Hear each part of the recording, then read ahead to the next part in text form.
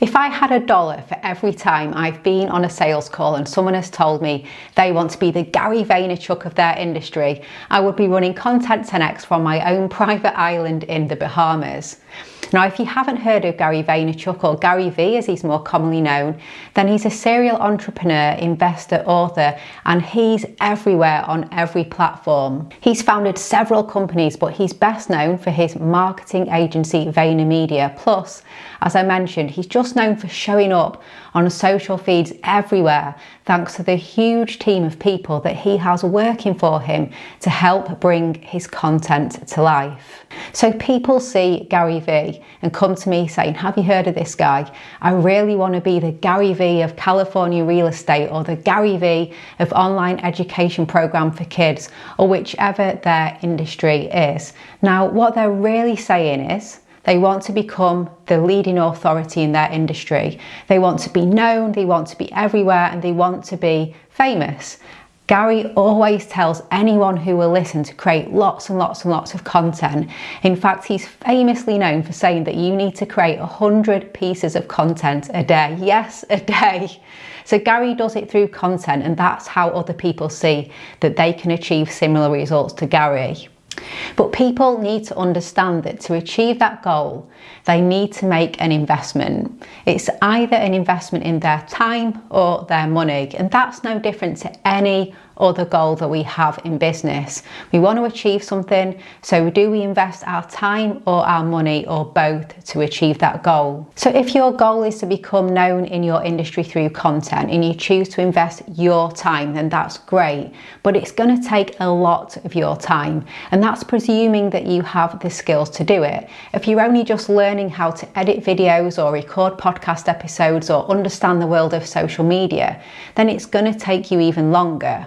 And maybe it's not your time, but you're committing the time of people in your business as well in order to learn those skills and dedicate that time. Now, if you choose to invest money, you hire in experts to achieve that goal. Now, I recorded another video recently talking about the chronic undervaluing of creative work, and I think this problem creeps in here too.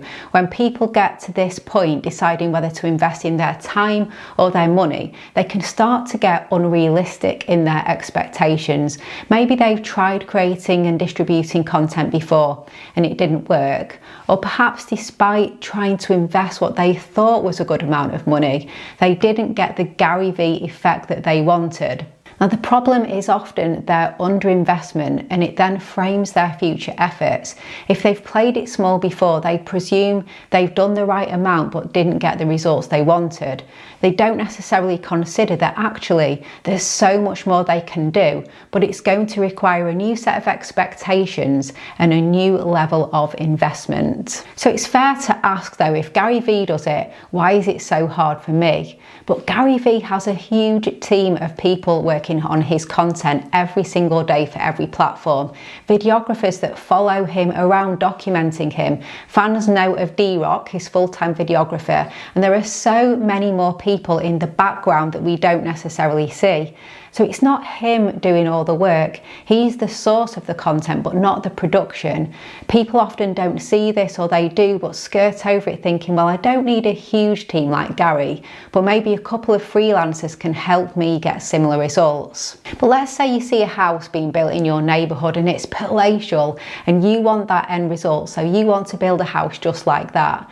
And they've had teams of builders and contractors and architects and designers and surveyors, everyone under the sun, working on this new house over the course of months or even years.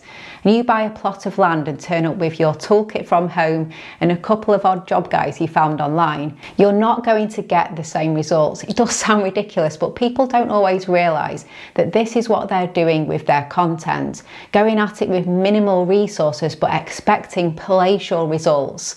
So what is the solution? There's nothing wrong at all with wanting to run a Gary V style publishing process and make me famous, make me the leading authority in my industry through the power of content. You know, that's exactly what we do at Content 10x. It's about being realistic with what it takes though. For example, we're not the right choice for someone who's trying to build a palace with a sandcastle budget, but we're the right choice for people who see this as an investment, not a cost, and come with the budget to see results, and their goals and the results they want, everything is aligned. Now, I mentioned before that when you have these goals, you need to decide whether you're going to invest your time or your money in achieving these goals. Now, when it comes to working with us at Content 10x, we ask for a little bit of time investment and then financial investment to allow us to do the rest.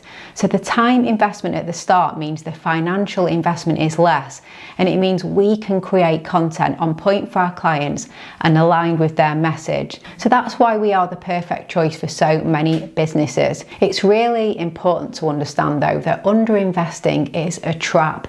It skews your perspective and ambitions, and once you've fallen into the trap, it's quite hard to get out of it. People simply need to recognize when they're underinvesting and either change their budget or just change their goals and their expectations. But great content doesn't come cheap or fast, and Gary Vee quantities of great content definitely does not come cheap or fast. So you need to set expectations with yourself and your team and the business properly. Be realistic with your expectations and your goals and your budget. So I'd love to know, in your line of work, do you see people consistently underinvesting? And if you do, why do you think that is? And is there a way that you have been able to help change their perspective?